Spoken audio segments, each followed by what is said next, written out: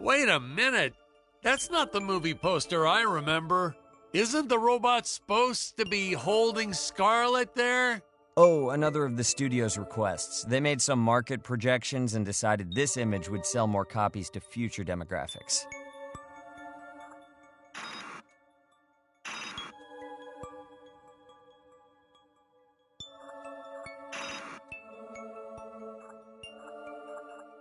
Hey, is this thing on? Can you hear me all right? Yeah, all good.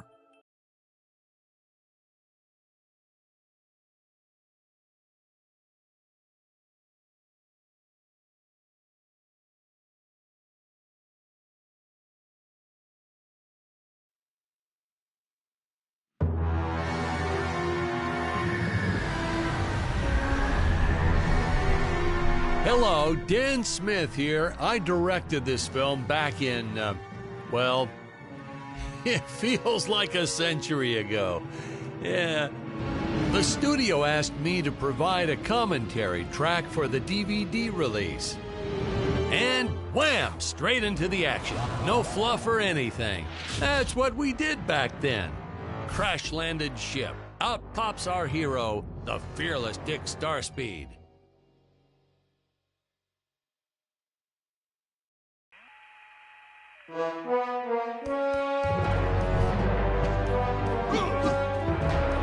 The ship's velocity reactor is damaged. I believe that I am stranded on an alien planet. Played, of course, by actor Jonathan Digby. Went on to some minor roles after this. Such a shame. I thought from day one this guy's got leading man written all over his face.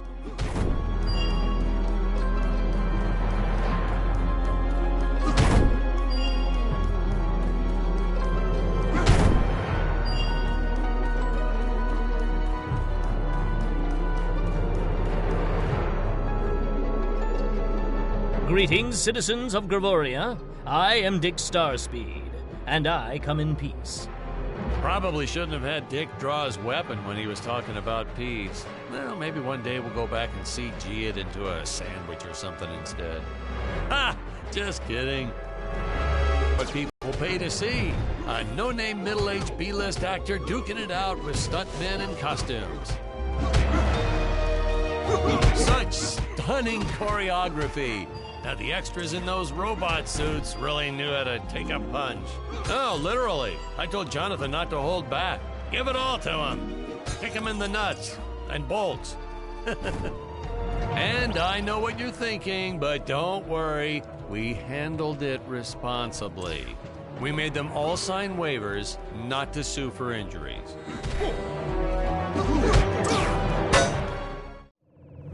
Holy smokes!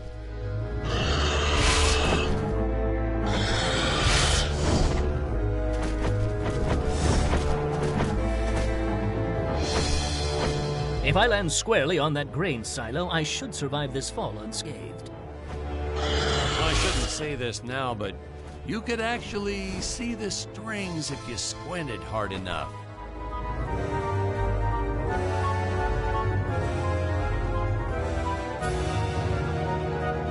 A screenwriting trick from back in the old days. You put a grain silo or some haystacks down and it solves all your gravity-related problems.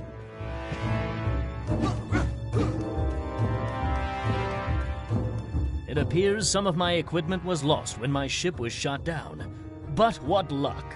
This high-tech scanner reports that my ray gun is nearby.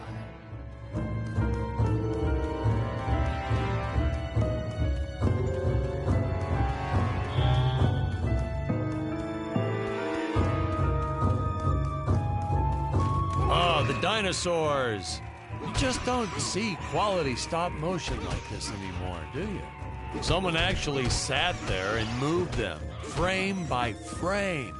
Today, it'd be done with computers, but where's the artistry in that?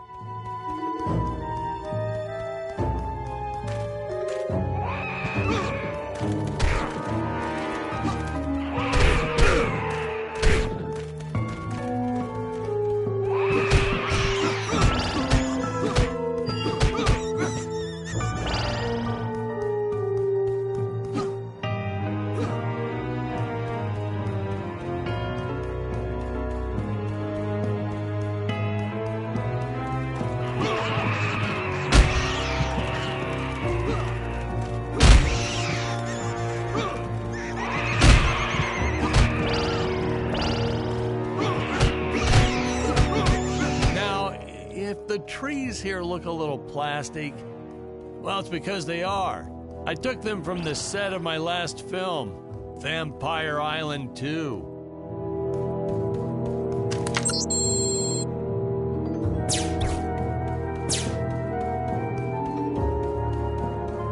We got our fair share of nasty letters from scientists complaining about our portrayal of the dinosaurs. Was news to me. Apparently, these stegosauruses weren't meat eaters. Must have preferred shellfish or something. Wow, how do they know? That's what I say.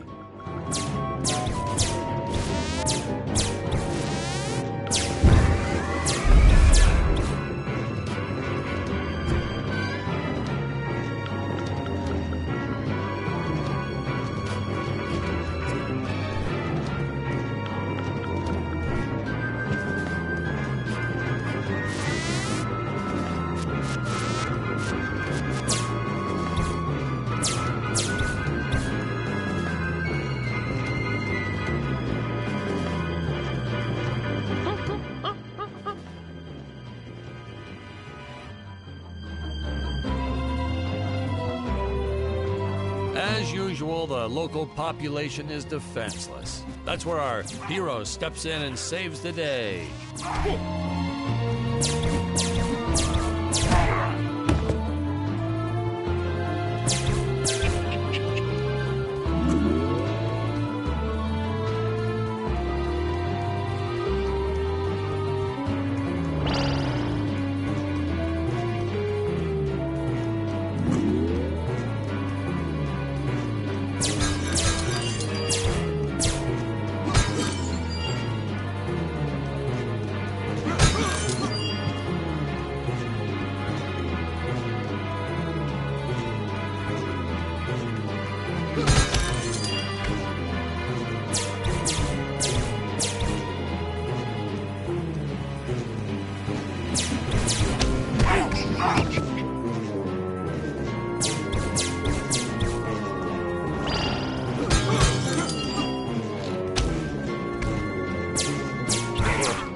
Put Jonathan through a lot shooting this film.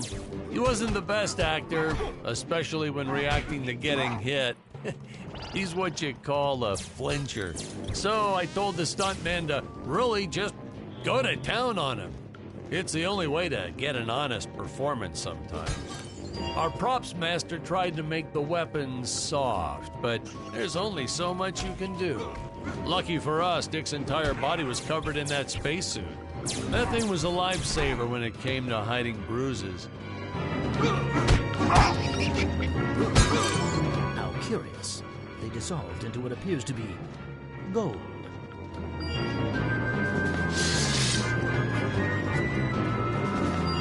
You'll notice the gold disappears when Dick touches it.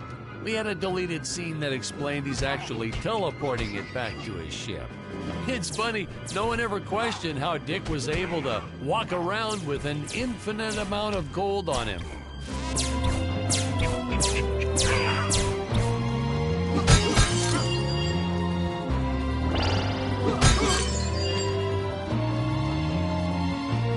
We had to redo these shots. Our first attempt was kind of a disaster. We tried using real apes, thought it'd cut down on the costume budget a bit. But have you ever tried working with apes? They are the worst actors ever. They don't sit still for a moment, and the second you take your eyes off of them, they're flinging their feces all over the place. Jonathan refused to work with them after he got, well, let's just say that he had to take more than a couple of showers one day. You know, you never forget the smell of monkey poo. We steam cleaned the studio top to bottom. Still never got rid of it entirely. All through the rest of the shot, we kept finding those little surprises hiding inside various props. Boy, were those the days.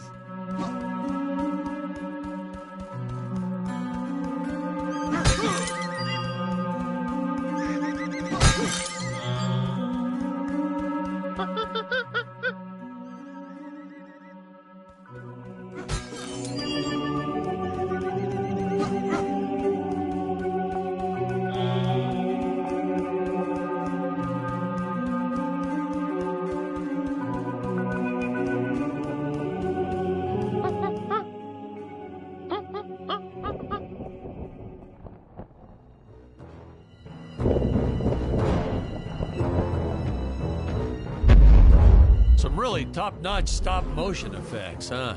Unfortunately, we skimped on the Dick Starspeed puppet a little. The Earthman is not for you to eat, fiend! Oh, this was groundbreaking. We had the woman rescuing the man for once. We were really ahead of our time with this scene, but then again, I've always been rather progressive. The studio exec didn't seem to get why it was such a big deal, though. Sorry, we don't see this as anything unusual. Ha! Of course! It's unusual. A woman would never save the man. It just doesn't happen. Not in the movies, not in real life. I don't know why we didn't get more recognition for this scene. I guess I was just a little too ahead of my time.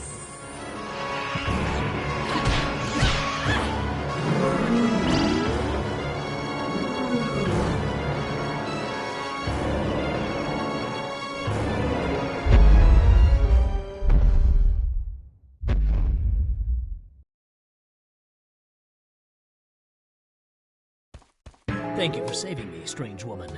What is your name? I am the magnificent Scarlet Nova. Do not question my motives. Just be happy that you are still alive.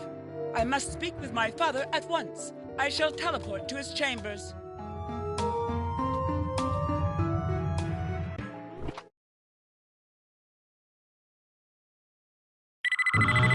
Huh? Where is this place? This is not my father's chambers. You have disobeyed me for the final time, Scarlet. Enjoy an eternity in the Tower of Eternal Solitude. For all eternity! The old fool did not notice I am wearing my jetpack. Booster usage. Jump. Wait. Wait. Use booster. Survive deadly fall.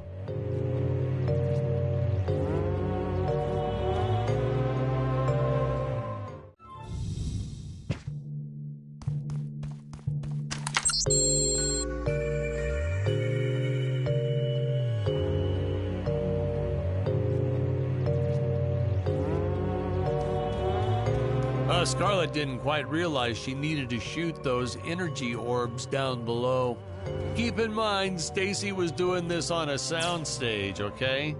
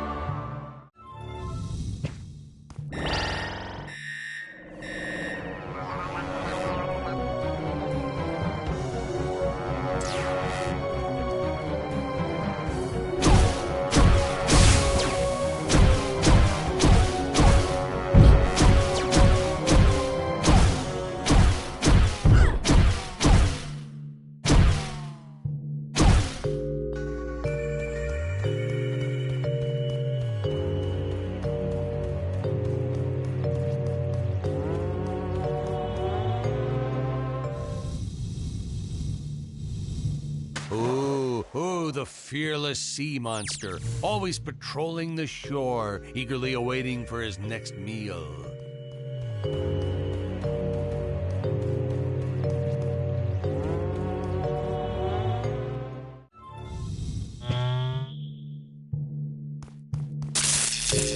The energy imps.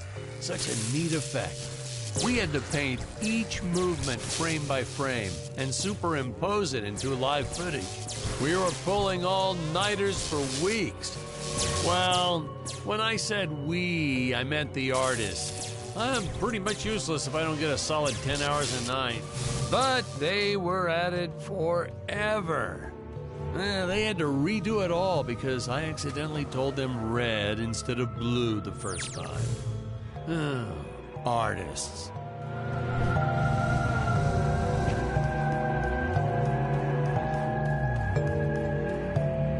Curses! My father revoked my access to the teleport terminals. I shall only be able to utilize the ones I activate manually.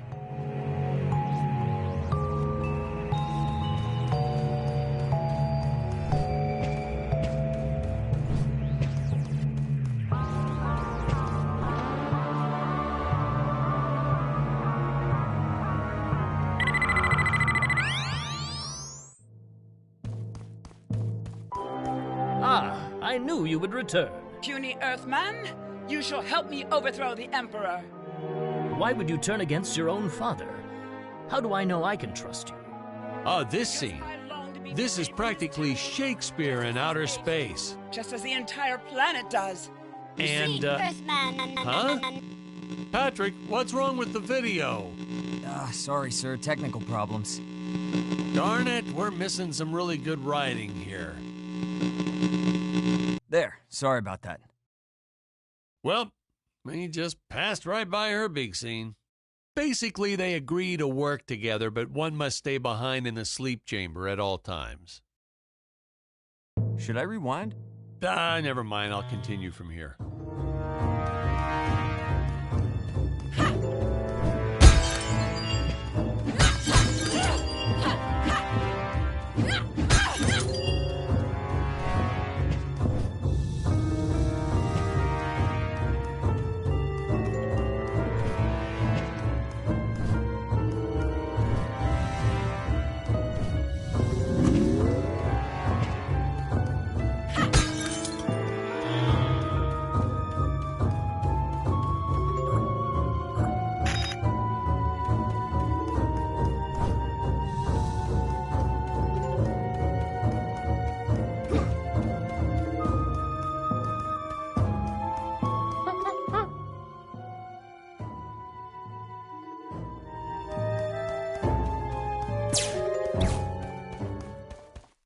Oh, spoiler alert, our heroes may or may not find a particular tool that will allow them to destroy those rock barriers later on in the film.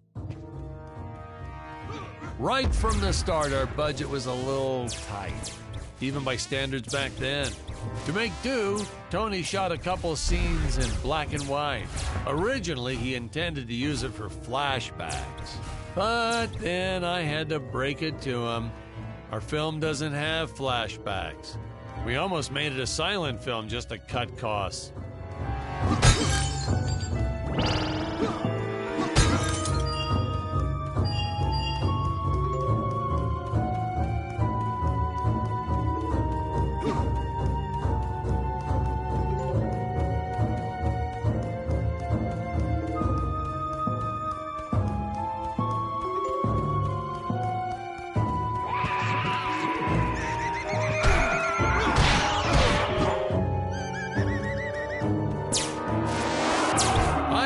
An absolute necessity we have a T-Rex in this film, but we got this Serato thing instead.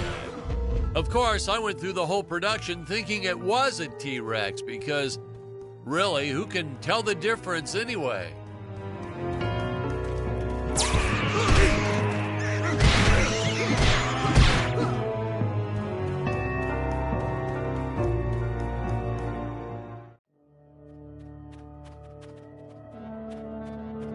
It would appear that now is the time for us to climb the Deadly Tower of Monsters.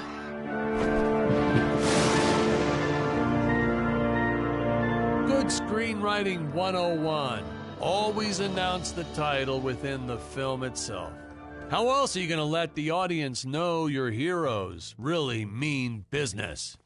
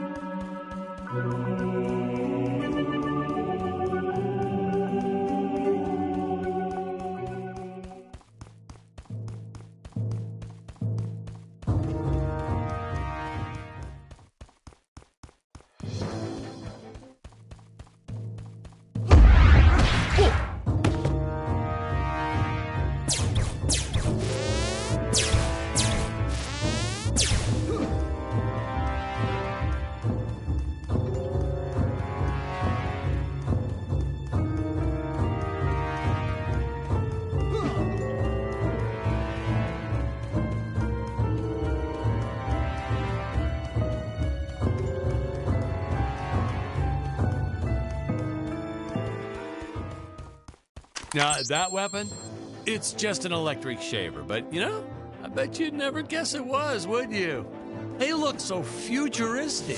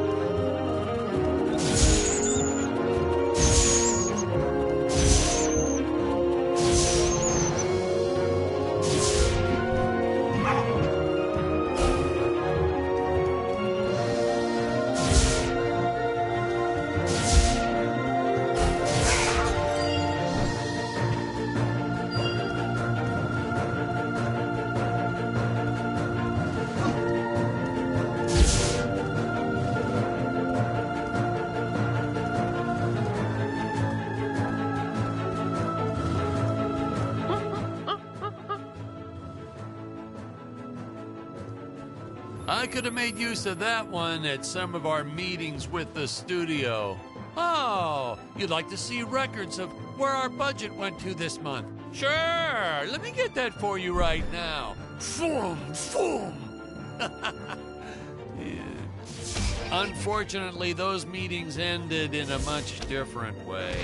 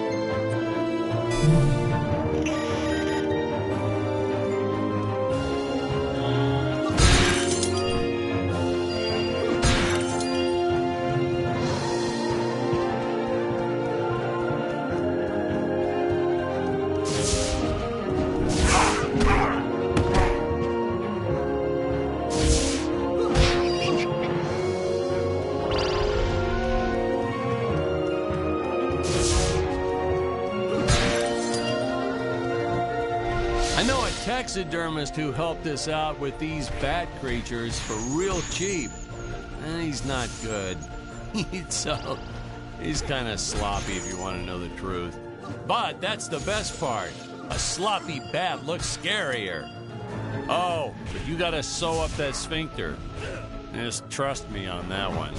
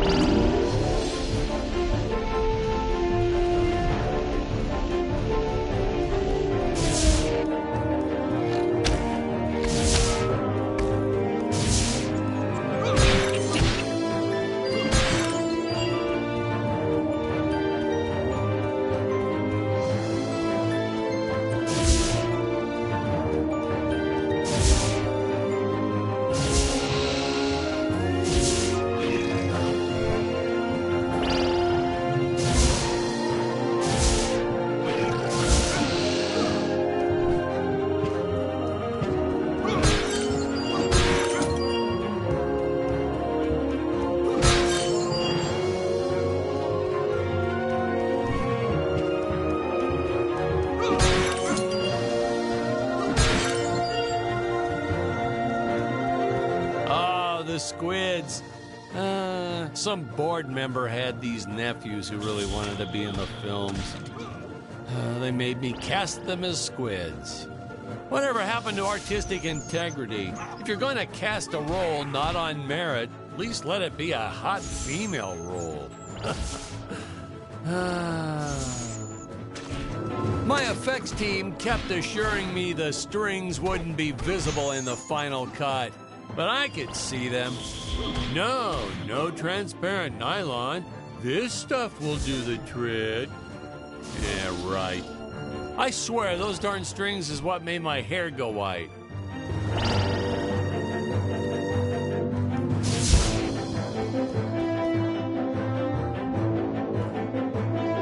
I designed this creature to reflect the human condition. Always hungry, never satisfied.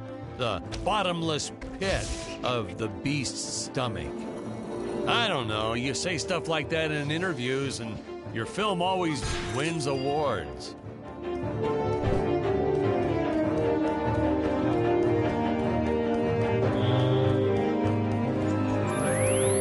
Air teleport usage. Jump. While in the air, use teleport. Quickly return to upper floor.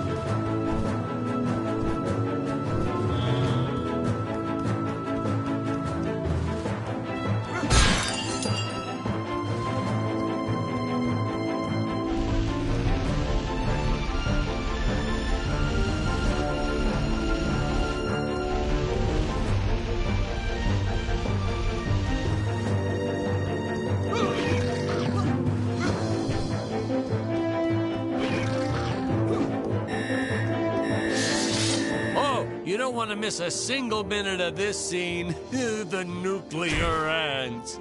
Hey, we need to remind the audience our heroes are climbing a tower, so I needed something that would stick to walls.